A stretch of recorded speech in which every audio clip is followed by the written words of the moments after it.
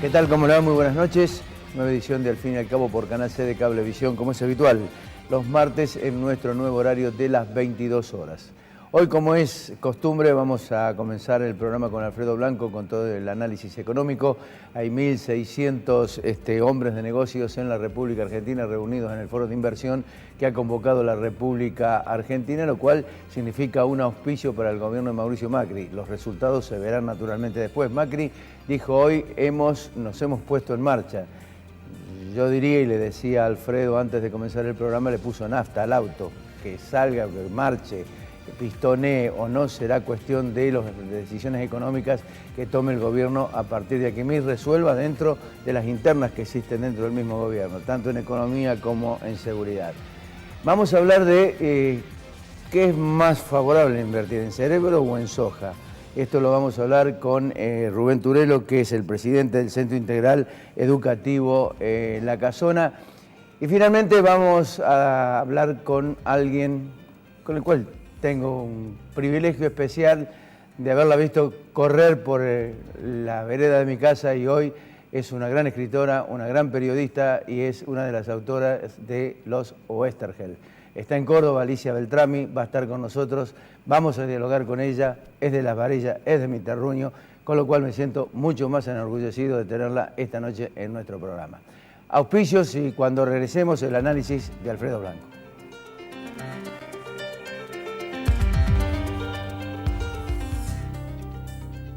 OSDOP, la obra social del docente privado.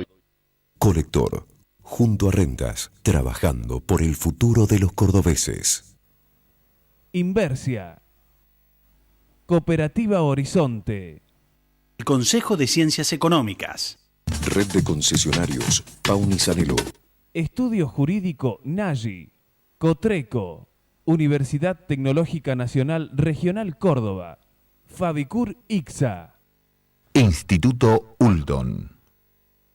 Si todavía no tenés tu cordobesa, solicitala ya en nuestras sucursales. Municipalidad de la Ciudad de Córdoba. ¡La Muni! Centro Robles. Marco Aurelio Sosa. Instituto San Agustín. CIAFA. IMIX. Aberturas Urbantec. Novar. La Anastasia. Doctora Elvia Guzmán. Reina Hada Peluquería.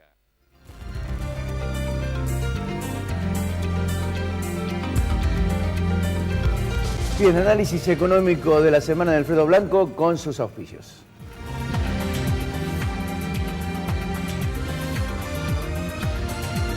La calidad, nuestra pasión. La satisfacción del cliente, nuestra obsesión.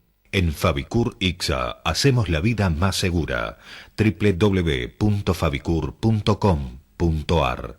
Marco Aurelio Sosa, 58 años liderando en caños de acero. www.marcoaureliososa.com.ar.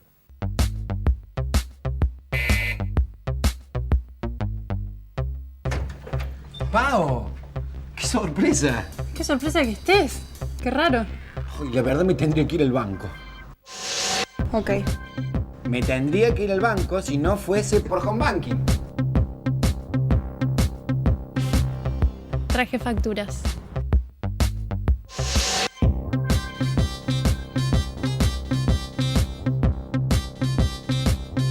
Adherite a Home Banking de Bancor. Es como ir al banco sin moverte de tu casa. Los parques educativos son parte de la recuperación histórica de Córdoba. Estamos finalizando el Parque Norte y diseñando el Parque Este para llevar educación, deporte e inclusión a toda la ciudad. Volvió la inversión y eso se ve en las obras. Municipalidad de Córdoba. Aberturas Urbantec.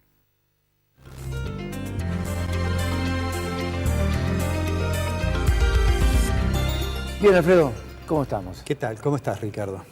Bueno, hoy vamos a hablar de expectativas, que es un punto que tiene importancia en la economía, pero déjame que antes de eso aproveche el hecho de que tenemos la posibilidad de hacer público en determinado momento nuestro sentimiento para transmitirle mis condolencias a una familia. Ha fallecido un profesor de mi facultad que fue decano, un hombre íntegro, muy noble, fue mi primer profesor de matemática, que era el profesor Pérez Maquepram, y que, bueno, hoy me me avisaron que había fallecido, de manera tal que nuestra facultad está de duelo, y su familia también, y quería hacerles llegar mi más sentido pésame, porque fue de esos profesores que a uno le dejan un recuerdo... Te marcan.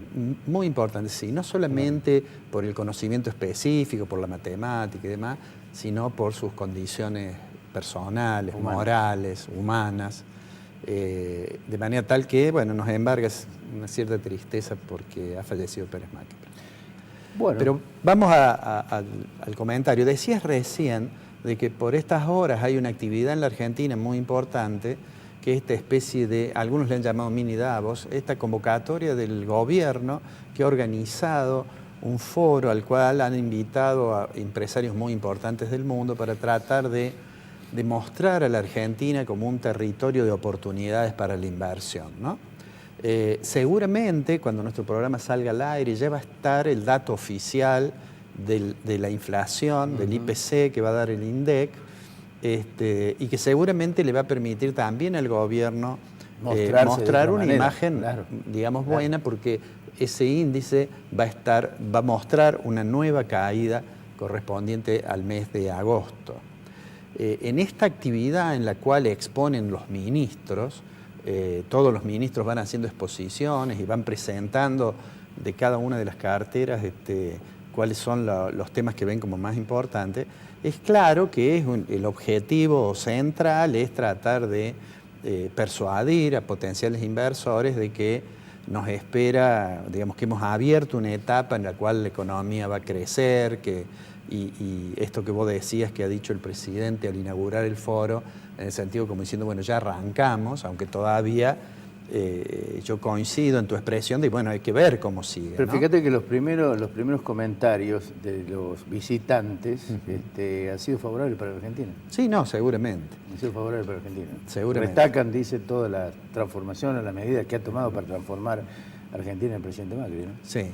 ¿Y por qué te decía que entonces vamos a hablar de expectativas de estas que el gobierno quiere presentar para alentar la posibilidad de inversiones? Porque desde hace algunos meses, 3 meses, el Banco Central de la República Argentina empezó nuevamente a realizar un trabajo que había interrumpido, que es un relevamiento de las expectativas de mercado, el REM se llama. ¿Qué es lo que es eso? Es una encuesta que hacia fines de cada mes el banco hace a un grupo que deben ser unos 40 o 50, no recuerdo exactamente, informantes que le dicen qué esperan, qué es lo que esperan para los próximos meses en distintas variables. Es decir, ¿qué piensa? ¿Quiénes son esos informantes? Son las áreas económicas de bancos, consultoras importantes, algunas universidades, analistas. Bueno, con eso, que es nada más que lo que piensan que va a ocurrir, es decir, por eso se llama relevamiento de expectativas del mercado. Pero es interesante para ver, porque todas esas personas que participan allí, esas instituciones, de hecho generan una opinión sobre el futuro, influyen en las expectativas, y el Banco Central ha comenzado nuevamente a relevarlas, ¿no? Entonces hoy, más allá de que nosotros ya hemos dicho que los datos que afortunadamente ahora tenemos, porque el INDEC publica, muestran una desaceleración de la tasa de inflación y demás, pero hoy me gustaría mostrarle los datos correspondientes hace unos días, cerró el mes de agosto, y el Banco Central nuevamente realizó esa encuesta, que son los datos que vamos a ver sobre 2 o 3 variables nada más, ¿no? La primera de ellas, que yo le voy a pedir al director que nos coloque, que es esta, son las expectativas de inflación. Vuelvo a insistir en lo siguiente, esto está hecho sobre expectativas. Ese puntito rojo, a ver, voy a tratar de explicar un poquito el cuadro. Ese puntito rojo es un estadístico que se llama la mediana, que no es el promedio, ¿no? Es decir, cuando nosotros hablamos de la media, si tenemos un conjunto de valores, decimos, bueno, el promedio, la media simple, es lo que más habitualmente estamos acostumbrados a hablar. La mediana es un estadístico distinto. La mediana, por decirlo fácilmente, supongamos en este caso, yo le pregunto allí, en septiembre, ¿cuánto piensan que va a ser la inflación? Y me contestan y hay alguna tasa que contesta más gente y otra menos. Entonces, cuando yo ordeno las respuestas, busco cuál es la que está al medio. Es decir, si yo tengo una muestra que es un número impar, supongamos 51, sí. Bueno, busco al medio, la número 26 es la que está al medio, ¿no es cierto? Sí. Ordenada, haciendo un ordenamiento de menor a mayor. Bueno, si vos te fijas, la mediana para el mes de septiembre de la gente que le informa al central está en 1,3. La de octubre están previendo que va a subir a 1,7 la inflación, el IPC, ¿no? Sí. Y a 1,8. Ahí lo que está reflejando es que la gente que le está informando al central cómo cree que va a ser la inflación, sabe que en algún momento de octubre o noviembre nuevamente las tarifas van a empujar un poquito. Sí. Y después vemos que baja 1,6, 1,8, 1,6. Esa llama la atención una cosa, que baje en diciembre cuando las expectativas siempre son mayores, por habida cuenta de la estacional. Y el 1,8 que también tiene de alguna manera una influencia estacional realmente importante, sí, sí. ¿no? Bueno, podríamos decir que la observación tuya es oportuna porque esto es la expectativa sobre la inflación general. Sí. ¿Cuánto va a ser la variación del índice de precio del consumidor? En la siguiente placa que vamos a ver, allí tenemos la inflación núcleo, esto que dijimos ya una vez, que era cuando le sacamos los precios regulados, como el caso de las tarifas, o cuando le sacamos la estacionalidad. Bueno, ahí si te fijas, septiembre está un poquito más alto. Sí. Sí. Y octubre, en cambio, y noviembre, ves que decrece y se estabiliza en torno al 1,5. Así es. O sea, octubre y noviembre no tienen el efecto de que vuelvan las tarifas a aumentar, que es lo que va a ocurrir, porque cuando le preguntan a estos analistas, le preguntan en este caso por la inflación núcleo. Digamos que más allá de que sea 1,5, 1,6 o 1,3, digamos, una tasa de inflación de entre 1,3 y 1,5 te da una tasa anual que está en el orden del 18 al 20%, 17 al 20%. Es decir, que es en el presupuesto. Claro, es decir que estas personas que son los analistas económicos de los bancos, de algunas universidades, de consultoras, están creyendo que la tasa de inflación efectivamente se ha desacelerado y que va camino a cumplir el objetivo que el gobierno dijo. Sí. Es decir, de alguna manera estos analistas son un indicador de que los principales agentes del mercado están creyendo en la política que está siguiendo adelante el gobierno, ¿no? Pero veamos otra variable que también es interesante. Vamos a pedirle al director que cambie hacia la placa siguiente. ¿Qué va a pasar con el dólar? Allí tenés septiembre, octubre, noviembre y diciembre, terminando en diciembre con un dólar de 16. Eso en realidad son 16 pesos por dólar, ¿no es cierto? Sí. En realidad, lo que está mostrando esto, acá además hay una pequeña línea de puntos a partir de febrero, digamos, para poner los datos a lo cual estiman que va a terminar en diciembre del año que viene. Si uno mira ese dato, el dato ese, está claro que los operadores estos que le informan la encuesta al central están pensando de que el gobierno va a mantener el tipo de cambio y que existe un cierto riesgo de un pequeño atraso cambiario. Porque si te fijas, claro, se mueve muy poco, digamos, entre septiembre y diciembre de este año, el movimiento debe ser menos del 5%, de manera tal que da la impresión, ¿y por qué piensan eso? Bueno, piensan eso por algo que nosotros hemos dicho varias veces, que con la economía, con capitales que entran, aunque sean de naturaleza financiera, con la posibilidad de endeudamiento para financiar actividades, por ejemplo, del sector público o del sector privado, en realidad lo que sucede es que no hay expectativas devaluatorias. Esto lo que muestra es que no hay una expectativa de que el tipo de cambio se vaya a disparar, ¿no es cierto? Lo cual, si la inflación baja, si no hay expectativa devaluatoria, es razonable pensar de que una parte de la política que alguna vez he criticado yo, que es la política de tasa de interés, la va a poder seguir bajando. ¿Qué piensan los que informan a esto Yo le voy a pedir al director que ponga la última de las placas. Esa es la tasa que espera el mercado de la Levac. Si vos te fijas, del 27%, que es lo que esperan para septiembre, están pensando que va a seguir bajando. De todos modos, lo que piensan es que, por ejemplo, diciembre del año que viene todavía va a estar en el 20%. Es muy alta. Si lo comparamos con la tasa de inflación que esperan, esa que vimos en la primera tabla, que está en el 17, 18, quiere decir que el gobierno va a mantener una tasa positiva en términos reales, un ligero, digamos, atraso cambiario, y tendrá, digamos, esto como consecuencia de la desaceleración de la inflación, pero de un menor dinamismo del tipo de cambio, ¿no? Digo, esto que es, insisto, el relevamiento de expectativas del mercado que hace el Banco Central, que siempre fue muy útil para las personas que tienen que tomar decisiones, saber cómo están viendo principales agentes económicos, como es la banca, como son los analistas de las consultoras, como son los analistas de banca de inversión o los analistas de universidades que informan. Es interesante para tener una idea de cómo lo están viendo.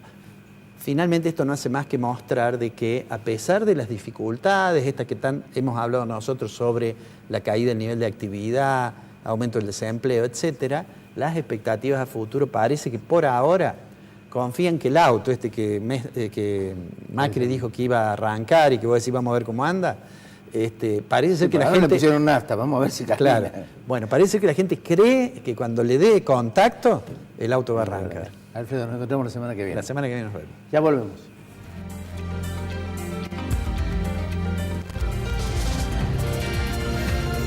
OSDOP, la obra social del docente privado y su familia, informa a sus afiliados que las 24 horas del día, los 365 días del año, tienen a su disposición el servicio telefónico 0810-122 OSDOP para solicitar información, realizar sugerencias, efectuar consultas y presentar reclamos. Pueblo Santo Resto Bar, Avenida 24 de septiembre 946, primer piso. Casa de España, Barrio General Paz.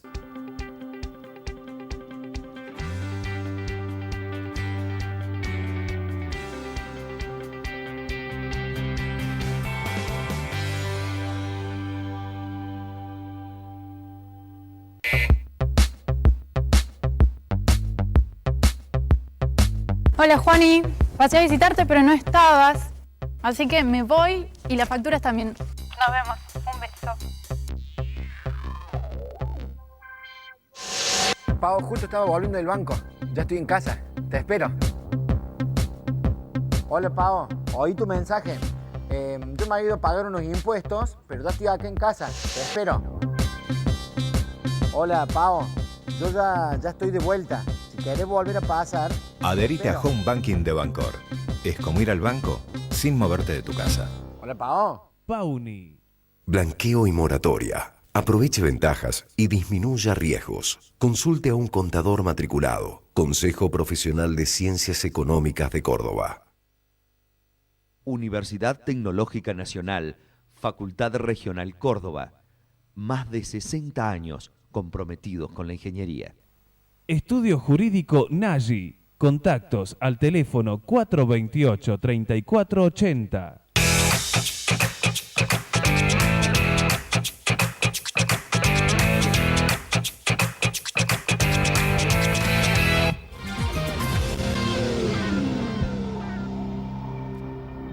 El Centro Educativo Integral La Casona se plantea concretamente a través de su presidente Rubén Turelo qué es más importante invertir en este momento, en cerebro o en soja. Y eso es lo que queremos dilucidar en un momento donde la educación se plantea como un eje fundamental de recuperación, no solamente de la sociedad, sino fundamentalmente de las expectativas futuras que tiene la República Argentina. Rubén, gracias por venir. Muy buenas tardes, gracias a ustedes. ¿Por qué el eje del Centro Integral de Educación La Casona es la pregunta, ¿invertimos en cerebro o invertimos en soja? En realidad, si vemos el resultado que tuvieron los países asiáticos en este sentido, ellos también se hicieron la misma pregunta. Sin lugar a duda tenemos que apostar al cerebro, porque ellos modificaron todos sus planes de estudio y ellos lograron un consenso con todas las fuerzas políticas y en 15 años se transformaron en grandes potencias de las incompetencia de las grandes potencias. Ahora, ¿y esto es posible aplicar en la República Argentina teniendo en cuenta una educación tan deteriorada, más allá de que el kirchnerismo trató de llevar al 6% del PBI el nivel de inversión en educación? En Córdoba se habló del 15%, pero resulta ser de que tampoco se llegó al 15%, sí era el 15% si se reunía en conjunto todos los apéndices que estaban vinculados concretamente con la educación. Sí, sí, se puede aplicar perfectamente. Lo han hecho países con mucho menos recursos que el nuestro. Con respecto a los porcentajes que usted dice, grandes críticos, personas muy influyentes como Andrés Oppenheimer, que fue un prestigioso columnista del Gerald, él dijo de que estaba muy mal invertido este tema del Producto Bruto Interno, estaba mal invertido. Y es cierto, porque en realidad a lo que se debe apuntar es a la capacitación docente, ofreciendo herramientas fundamentales para hacer frente a la diversidad que están teniendo nuestros docentes, y se hace cualquier cosa menos enfocarse en el tema de la neurociencia, que es lo que casualmente hoy ha dado lugar a estos países que han emergido. Ahora, ¿cuánto cuesta eso? ¿Cuánto es la inversión que hay que hacer? Si la inversión esta no alcanza, es necesaria mucho más. Es que casualmente está mal distribuido, o sea, no se trata de hacer edificios ni comprar computadoras, ni como por ejemplo ahora este tema de los celulares que se han incorporado a las aulas. Realmente son elementos que son fundamentales, pero como le digo, o sea, lo fundamental es la capacitación docente en el área de neurociencia, es decir, saber cómo funciona el cerebro, cómo los chicos aprenden de la mejor manera, cada uno tiene su característica, y si esto se logra, no solamente que se tienen muy buenos resultados, sino que el docente de hoy reduciría su esfuerzo de trabajo a 1/3. Cuando se habla de neurociencia, se habla prácticamente de decir algo sectario, es como una secta. ¿Cómo lo definen ustedes eso? No, yo creo que la neurociencia es algo que casualmente va en un crecimiento agigantado. Casualmente la neurociencia baja todo el idioma científico al común de la gente. Estos países de la India, que son los que están liderando los exámenes de PISA internacional, ellos fundamentaron todo en ciertas características de trabajo, de disciplina, perseverancia, pero por sobre todas las cosas en la empatía. Es decir, es como que han anulado un poco la competencia entre los alumnos, cosa que nosotros fomentamos, y se promulgó mucho el tema de ayudar al que está por debajo suyo. Siempre va a haber alguien más arriba y más abajo, ¿no es cierto? Usted va a ayudar al que está abajo y el que está arriba lo va a ayudar a usted. ¿Cuál es la actividad del Centro Educativo Integral La Casona? ¿Qué es lo que hacen concretamente? Nuestra actividad consiste principalmente, es un centro de investigación y de tratamiento de problemas de aprendizaje, en todas las gamas. Utilizamos técnicas de programación neurolingüística, inteligencia emocional, pero por sobre todas las cosas de neurociencia cognitiva. ¿Cómo se financian? Bueno, nosotros no tenemos ningún tipo de subsidios, financiamos solamente con lo que los padres pueden aportar. ¿Es coaching estudiantil eso?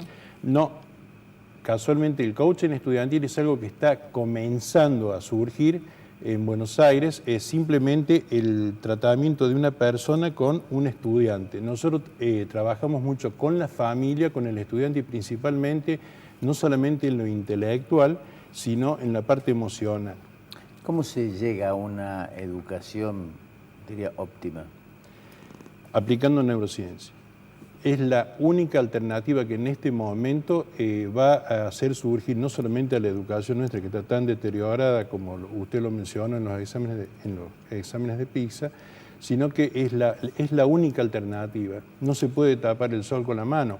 Yo he escuchado muchos comentarios, por ejemplo, de personas, como usted decía, en los gobiernos anteriores, por ejemplo, de llegar a la ridiculez de no querer participar del examen de PISA, por ejemplo, porque teníamos malos resultados, y querer hacer un examen entre países que por supuesto estaban mucho más por debajo de nivel educativo que los nuestros. O, por ejemplo, minimizarlo a este examen que es reconocido internacionalmente porque las comparaciones no son lo mismo en los países europeos que con nosotros. Ahora, yo me hago la pregunta, los países asiáticos que fueron mucho más pobres que nosotros, ¿cómo dicen? Hicieron trampa, no pueden haber hecho trampa en un examen. ¿Cómo se da esto concretamente en la capacitación de la docente? Porque la docente no está capacitada para transformar esto en la neurociencia, de aplicarla concretamente en el estudio común o en la educación a diario. Claro, claro.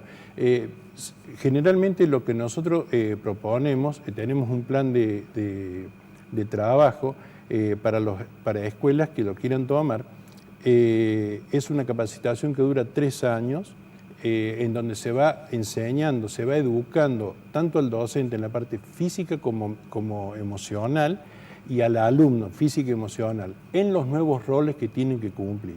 El alumno como principal actor de la clase y la docente conduciéndolo. Ya no es más el yo estoy acá, el alumno ahí, te enseño, vos tenés que aprender de tal página, ya no va más eso. Hay una nueva temática. ¿Y cómo se relaciona esto con la conducta? Precisamente cuando hay hoy episodios que permanentemente se traslucen a través de la prensa en relaciones violentas entre alumnos, claro, profesores. Es excelente su pregunta. Realmente este tipo de sistema con neurociencia, al fomentar toda la parte de la empatía, reduce al mínimo y al mantener principalmente interesado al alumno, porque la clave está en eso, o sea, en generar sorpresa, en generar clases atractivas.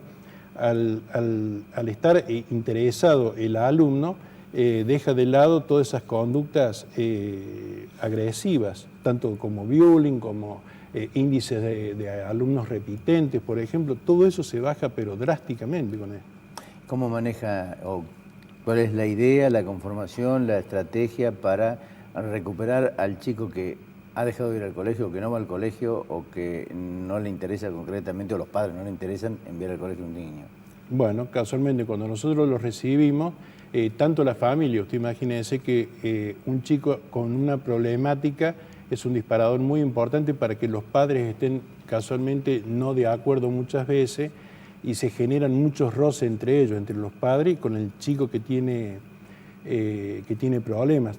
De seguro ese chico estuvo deambulando por un montón de profesionales, ya está catalogado en el colegio como rotulado como que no va, y bueno, llega con una carga emocional muy, muy importante, tanto la familia como el estudiante. Entonces se trabajan por forma, si bien es cierto, separada, es en realidad en conjunto, porque una cosa lleva a la otra.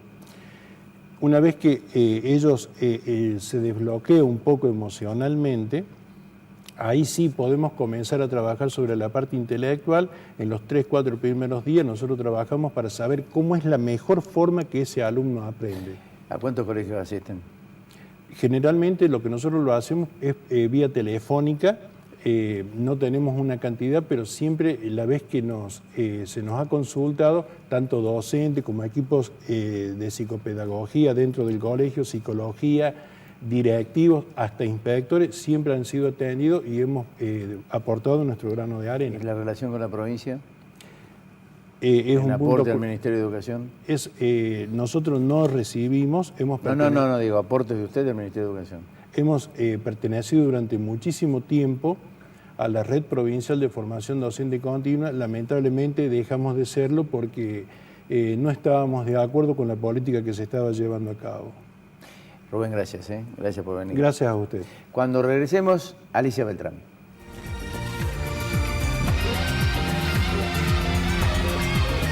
La calidad, nuestra pasión. La satisfacción del cliente, nuestra obsesión. En Fabicur Ixa hacemos la vida más segura. www.fabicur.com.ar. Pueblo Santo, tu lugar. Almuerzos, meriendas, tapas, picadas, cócteles y buena música. 24 de septiembre 946, Casa de España, Barrio General Paz. Marco Aurelio Sosa, 58 años liderando en caños de acero. www.marcoaureliososa.com.ar. Cooperativa Horizonte, 34 años de trayectoria y más de 10.000 viviendas entregadas a sus asociados. Usted ingresa sin requisitos, porque sabemos que no todos poseen determinado grupo familiar, ni un trabajo en blanco, y menos de una suma inicial para entregar. A la vivienda propia se llega seguro. Decidite. Horizonte, los pies sobre la tierra.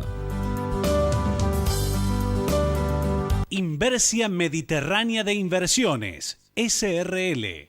Instituto San Agustín, IMIX, CIAFA, Sistema de Autorización y Provisión de Medicamentos Oncológicos, certificación normas ISO 9001. Los parques educativos son parte de la recuperación histórica de Córdoba. Estamos finalizando el Parque Norte y diseñando el Parque Este para llevar educación, deporte e inclusión a toda la ciudad. Volvió la inversión y eso se ve en las obras. Municipalidad de Córdoba. Colector, junto a Rentas, trabajando por el futuro de los cordobeses. Hola, soy Cotrequito. Quiero darte unos consejos. No arrojes residuos en la calle. Usa los cestos papeleros. No tires residuos en terrenos baldíos. Y los días feriados no saques la basura. Recordá que mantener esta ciudad limpia depende de todos. Ciudad limpia, ciudad mejor. Cotreco, higiene urbana. www.cotreco.com. Aberturas Urbantec, tecnología alemana, producción argentina. www.urbantec.com.ar. Centro Tomografía Computada Córdoba Sociedad Anónima. Instituto Ulton, líder en diagnóstico por imágenes. Primer instituto de cirugía ambulatoria mínimamente invasiva del interior del país. Avenida Vélez Arfiel 562, Córdoba, Argentina. Teléfono 0351 426 7700.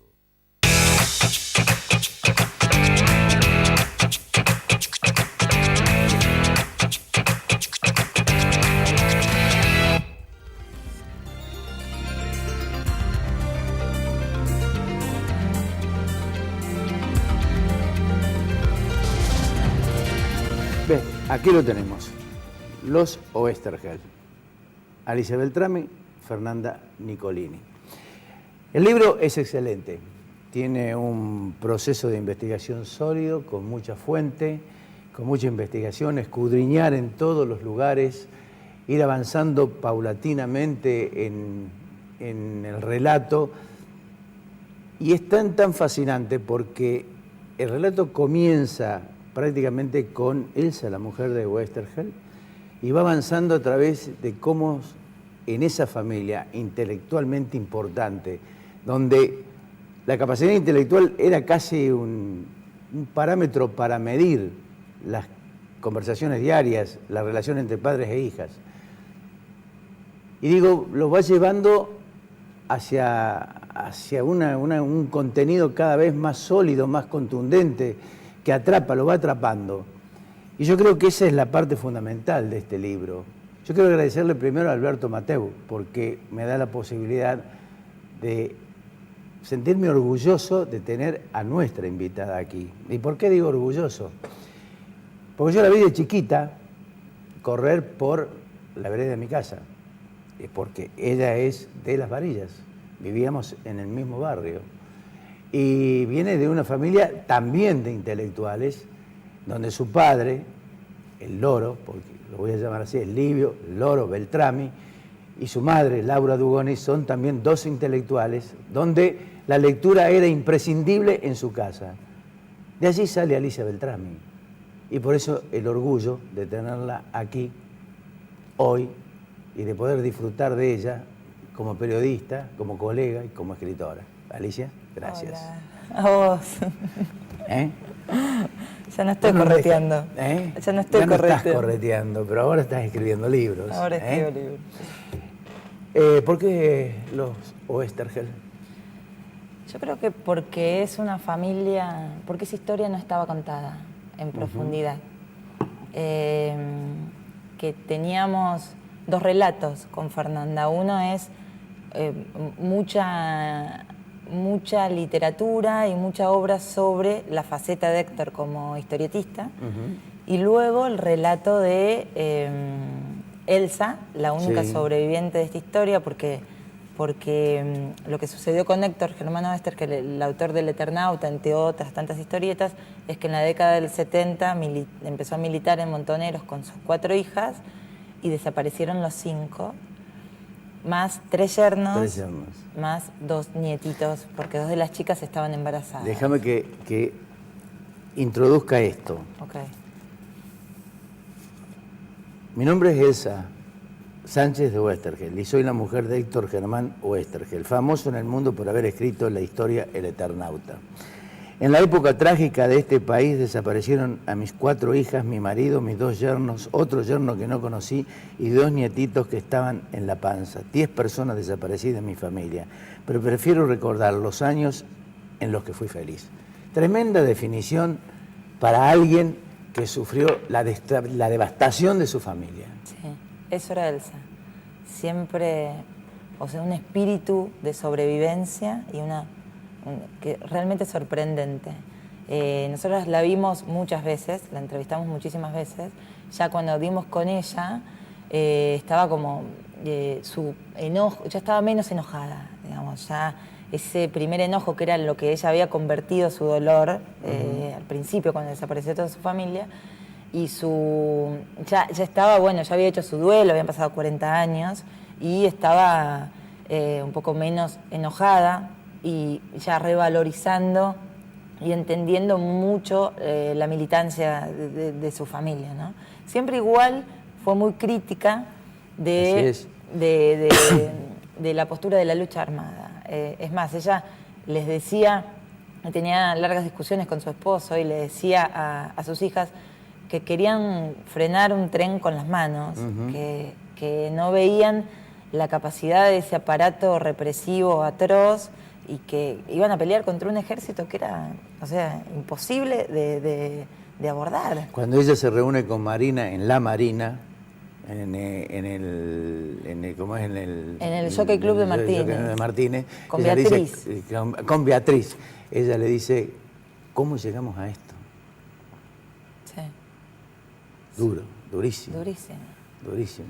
Y eso también se lo dice a Héctor en una confitería que fue la última vez que se ven, porque Héctor ya se había ido de la casa con la hija más pequeña, ya estaban clandestinos, y ella no seguía sin entender. Escondido? Sí. ¿Que está escondido Héctor? Héctor, digamos, cuando toda la organización pasa a la clandestinidad, él también es parte, tiene que irse de la casa porque la casa iba a estar marcada y por seguridad se va a otras casas y empieza a vivir en diferentes lugares, en pensiones, después cerca del Tigre. Bueno, a donde va primero es una casa en Devoto, que lo acobijan ahí unos compañeros. Lo que sucede con Elsa, en el libro pasa algo interesante, que hay mucha información nueva a través de la investigación, ¿no? Porque en realidad también hay mucha información dispersa que sistematizamos, pero hay mucho nuevo porque muchísimos de los entrevistados nunca había hablado, siquiera de su propia militancia, ¿no? Claro. Como ahí nos dimos cuenta también de cómo seguía operando la teoría de los 2 demonios en muchísimos. Y eso fue sorprendente, ¿no? Porque 40 años después seguían rotos y quebrados vínculos, ex compañeros que habían dejado de verse y que creían que estaban desaparecidos o que habían muerto, y por esta investigación se fueron otra vez conectando. Y hay un dato que es muy conmovedor, que es Elsa, pues lo traigo a colación porque justo nombraste esa escena de ella con su hija. Sí. Eso era a mediados del 76. Se van a tomar un café al Jockey Club de Martínez. Y los compañeros y responsables de Beatriz le decían que no fuera, porque era muy probable que Elsa la estuvieran haciendo inteligencia, la siguieran, porque era la única que no militaba, para ver dónde estaban sus hijas. Bueno, van a tomar ese café. Elsa nos cuenta que en esa última conversación que tienen, ella le dice que iba a dejar, como para dejarla tranquila, iba a dejar de militar, y que iba a dedicarse a ser médica, pero una médica de clases bajas, digamos, en hospitales donde se necesitaban muchas más manos. Y entonces se va de ahí y la secuestran y la asesinan 10 días después, y es el primer cuerpo de sus hijas, el único cuerpo que tiene de sus hijas, que se lo hacen reconocer. reconocer. Le llevan a reconocer, le llevan a reconocer precisamente la comisaría, le llevan a reconocer. Exacto, y hacen un entierro también lleno de servicios porque esperaban que cayera toda la familia de ese lugar, que por supuesto no fueron, el resto, Héctor y las chicas, y Elsa siempre creyó que ella había sido el señuelo de su propia hija, que la habían seguido a ella, y se murió con esa culpa. Nosotras descubrimos, pero después que ella se muriera, que la habían marcado en realidad. Había salido de una patota a rastrillar la zona con militantes quebrados adentro y la marcaron y la secuestraron. Entonces nunca se lo pudimos decir. Pero ese dato cambia la historia oficial de la familia. ¿Viste? Ahora, qué importante, yo relacionaba, digo, esa familia, los Westergel, donde digamos, la intelectualidad, la cultura estaba prácticamente metida, porque Westergel era un tipo maravillosamente culto, con una información realmente espectacular. Y vos veías las discusiones, o sea, lo importante de este libro es el relato, es el revivir las discusiones de aquella época. Yo digo, no se dan hoy. No se dan hoy. Es decir, nadie lee.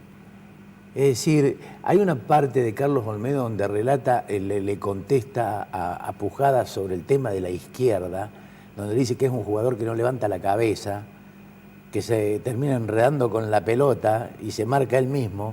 Esa es la izquierda de hoy, dice. Qué maravilloso. Sí.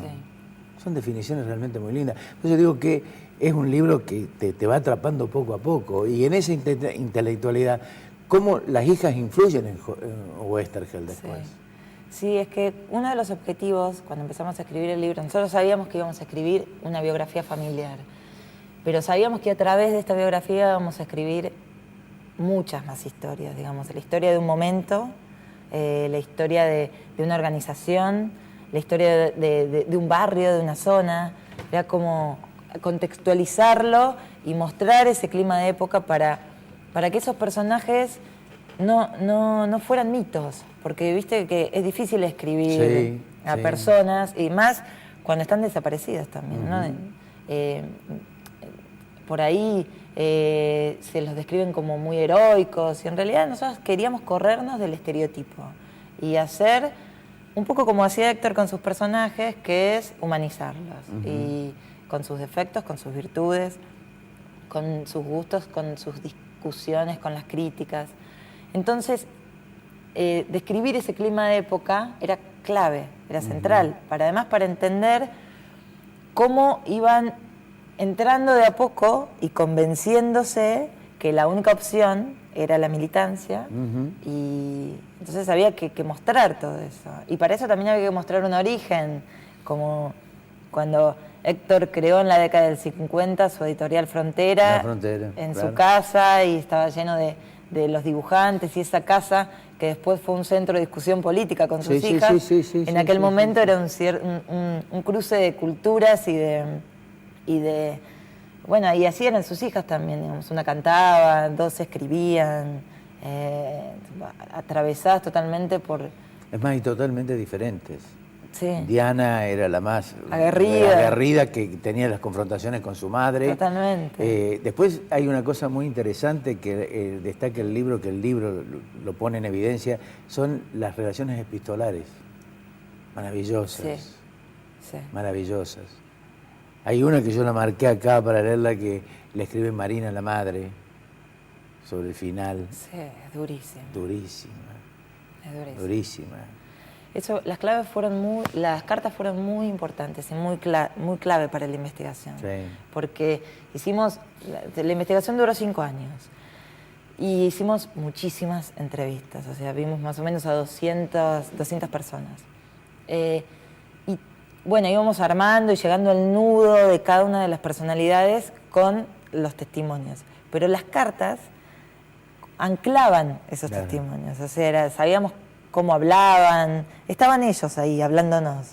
Y eso fue muy importante. Además había muchísimas cartas, porque era una familia que se comunicaba mucho a través de la escritura. Sí. Y entonces ese registro es muy valioso. Y ahí vemos cómo Héctor y Elsa también, a través de la escritura, no perdió oportunidad nunca de bajar línea, de educarlas a sus hijas, para que enfocaran y construyeran su personalidad con una empatía social, con la búsqueda de justicia, con la búsqueda de cada vez ser mejores personas, honestas. Y eso fue como el caldo de cultivo, donde luego, totalmente. Digamos, Totalmente.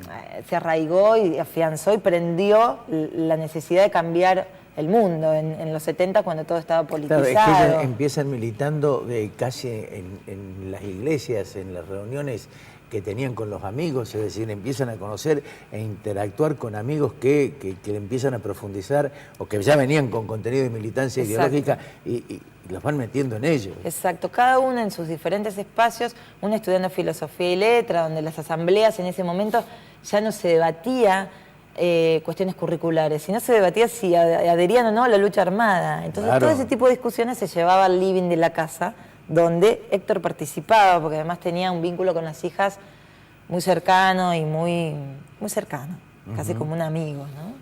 Ellas lo idolatraban muchísimo. Y también una de las chicas hacía teatro. Claro, esa parte cuando va y que decide definitivamente que cierra la puerta y se va, es fantástica, es fantástica. Es decir, ahí decide realmente por qué. Y eso que el teatro era su vocación. Sí, además era su vocación. Y eso era lo importante, digamos. Fue como muy sorprendente descubrir, porque nosotras no somos de esa época, digamos. No. Tuvimos una empatía por educación, exactamente. Pero nada que ver. Entonces entramos en un universo que desconocíamos y Diana, cuando decide dejar de hacer teatro, se debatía profundamente qué hacer, ¿no? Claro. Y cuando se convence, pega ese portazo y su profesor, que estaba convencido de totalmente lo contrario, se enojaba porque sentía que iba como a perderla, ya veía como algo que no iba a terminar bien. Lo maravilloso de Héctor era concretamente la convicción de sus principios, que inclusive la sostuvo en sus tremendos fracasos que tuvo, ¿no? Sí. Fracasos editoriales, una familia que vivió con lo justo prácticamente,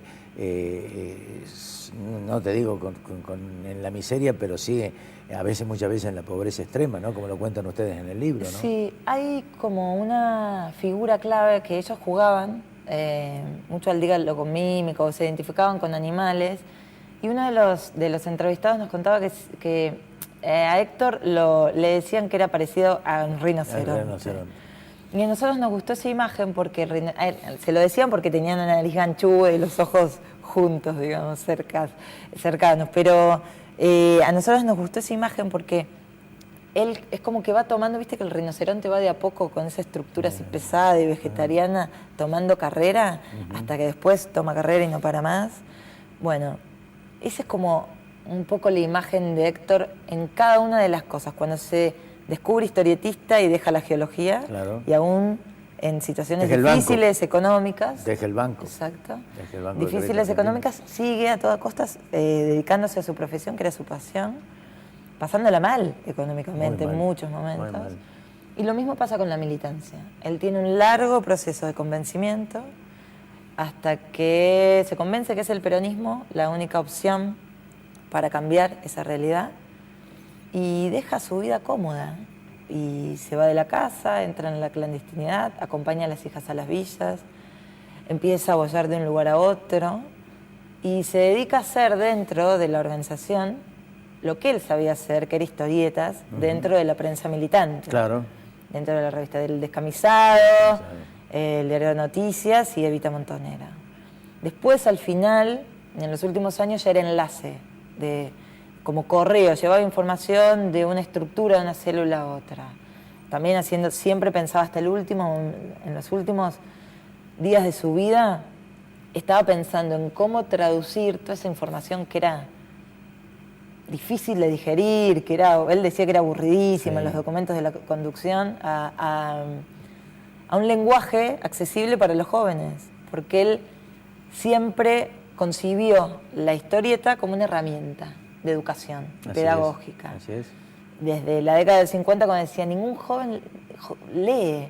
Entonces, los que no tienen acceso a la lectura, a la educación, tienen que penetrar por el otro por la lado, historieta. por la historieta. Entonces siempre ponía algún guiño histórico o sobre arte.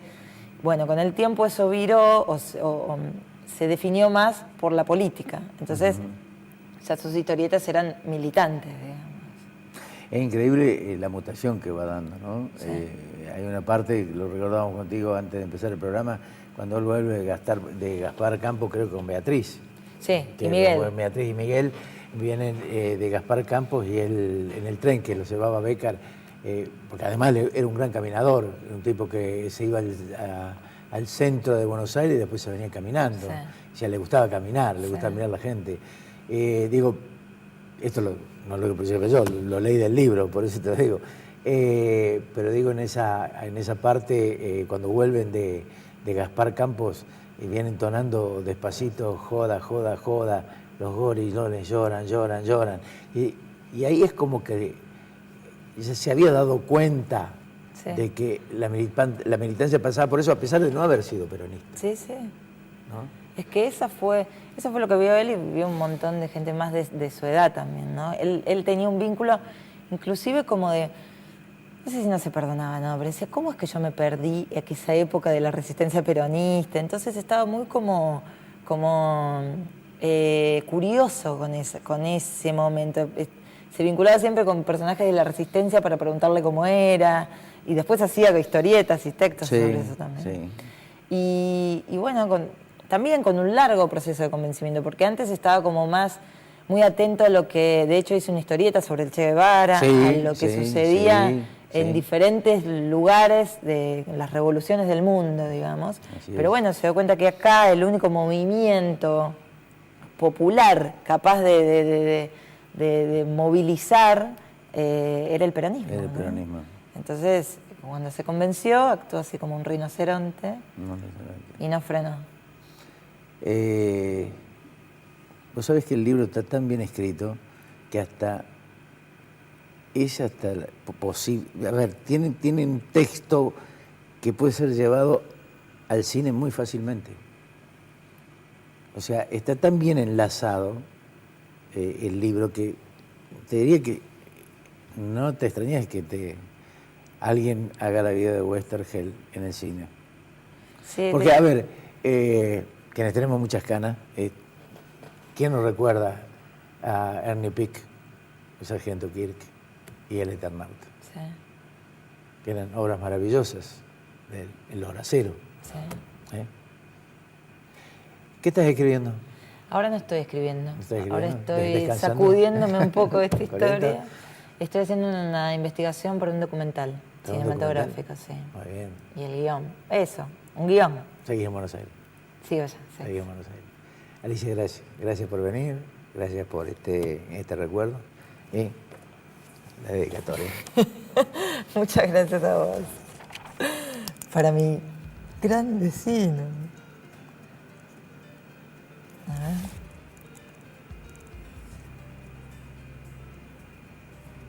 Richard.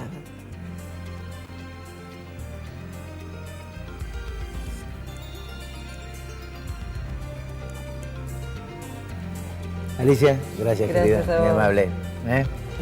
Gracias a Alberto Mateo que nos dio la posibilidad de poder tener a Alicia Beltrán hoy con nosotros. Ya volvemos.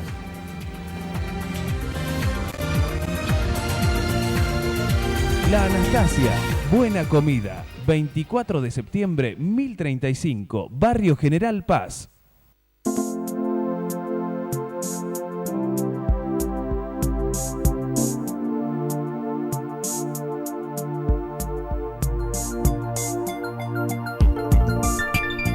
Hay un antes y un después en tu manera de ver las cosas.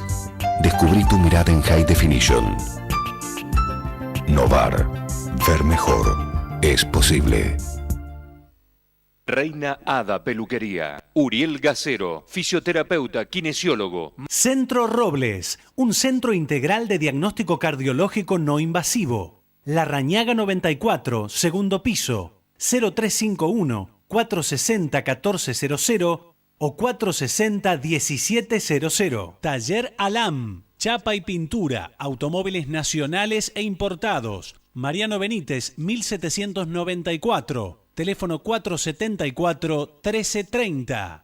Doctora Elvia Guzmán, Derecho Previsional. Teléfonos 153-1470-00.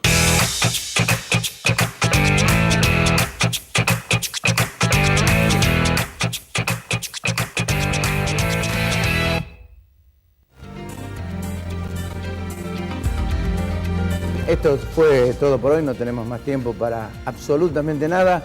El agradecimiento nuevamente a Alberto Mateu por la posibilidad de tener a Alicia Beltrami. Creo que es un programa bastante rico e interesante, con la autora, la coautora del conjunto con Fernanda Nicolini de los OSG. Nos vemos el próximo martes, que tengan muy buenas noches. Doctora Elvia Guzmán. Reina Hada Peluquería.